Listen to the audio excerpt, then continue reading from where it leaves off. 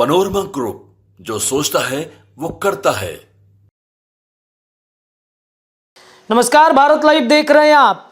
सत्ता परिवर्तन बिहार में जिस प्रकार से हुई है, बिहार में कई तरह की राजनीति अब घूमती हुई नजर आएगी। माहौल बिल्कुल बदल गया है बिहार के राजनीति का, और ये माहौल बदलने में माहिर नीतीश कुमार ही हैं, जिन्होंने पल भर में वक्त बदल दिए, जज्बात बदल दिए।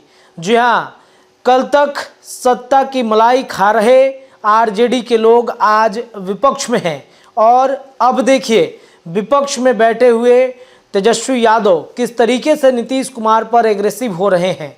कभी विपक्ष में रही भारतीय जनता पार्टी ने नीतीश कुमार के लिए किन किन शब्दों का इस्तेमाल किया, नीतीश कुमार के लिए किन किन बातों का उपयोग किया, ये छुपाने की बेहद ज़रूरत नहीं है। लेकिन नीतीश कुमार के धूर विरोधी रहे सम्राट चौधरी, विजय सिन्हा, जो पानी पी पी कर नीतीश कुमार को भर भर के सुनाते थे, आज नीतीश कुमार के साथ बैठते हैं।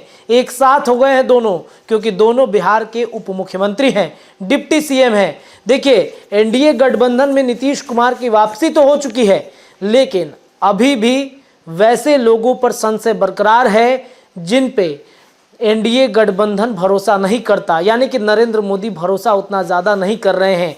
नीतीश कुमार पर तो भरोसा कर भी नहीं रहे हैं। 2019 में जिस प्रकार से माहौल बना था एनडीए गठबंधन में, दोनों दल यानी कि जदयू और भारतीय जनता पार्टी एक साथ लड़ी थी चुनाव, और वही परिस्थितियां अब 2024 में हो चुका है। 2024 में जो लोकसभा का चुनाव है, इस चुनाव को जीतना है, और नीतीश कुमार की इसी स्ट्रेटजी को भांपते हुए नरेंद्र मोदी ने नीतीश कुमार को एनडीए गठबंधन में बुला लिया है। लेकिन सवाल ये उठता है कि एनडीए घटक दल में शामिल कई ऐसे नेता हैं जिनके रहने पर एनडीए गठबंधन में संशय बरकरार हो गया है। आपको बताएं कि चिराग पासवान भले ही नीतीश कुमार के शपथ समारोह में पैर छूकर आशीर्वाद लेते हैं, लेकिन आज भी चिराग पासवान पर भरोसा नहीं किया जा सकता है, क्योंकि 2019 और 20 वाला खेल एक बार फिर से चिराग पासवान के मन में घूम रहा है।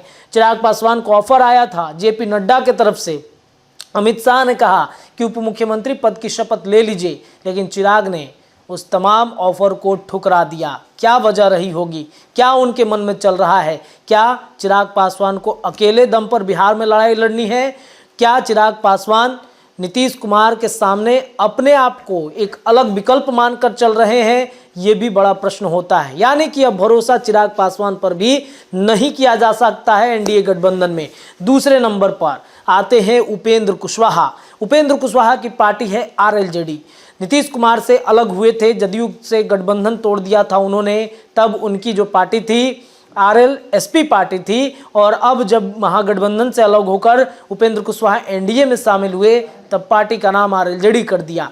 लेकिन अभी तक उपेंद्र कुशवाहा की पार्टी का रजिस्ट्रेशन तक नहीं हुआ है। 2024 के चुनाव में कैसे चुनाव लड़ेंगे, इस पर अभी तक संशय बरकरार है। इतना ही नहीं, उपेंद्र कुशवाहा को कितनी सीटें मिलेगी, इस पर भी अभी मंथन चल रहा है। चर्चा तो ये भी है कि उपेंद्र कुशवाहा को शायद बीजेपी या फिर जदयू अपने टिकट पर चुनाव लड़वा देगी। ऐसे में उन पर भी कितना भरोसा किया जा सकता है, ये भी कुछ भी कहना बहुत ही जल्दबाजी हो जाएगी। तीसरे तरफ आते हैं आरसीपी सिंह पर। आरसीपी सिंह को लेकर के जो वर्तमान में भारतीय जनता पार्टी की तरफ से स्थितियां बनी हुई हैं, वो पूरा दूर दूर तक कहीं नज़र नहीं आ रहे हैं, पूरे फ्रेम से वो गायब हो चुके हैं। ऐसे में आरसीपी सिंह के लिए भारतीय जनता पार्टी ने क्या सोचा है?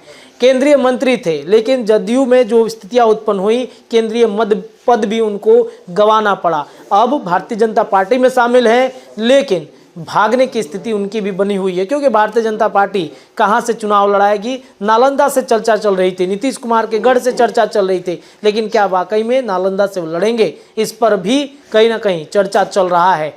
देखने वाली बात होगी कि इन तीनों में कौन टिकता है, कौन भागेगा। लेकिन संशय भारतीय जनता पार्टी को अभी भी बरकरार है इन तीन चेहरों पर। जुड़े रहिए भारत लाइव के साथ, तमाम चर्चाएं लगातार हम करेंगे।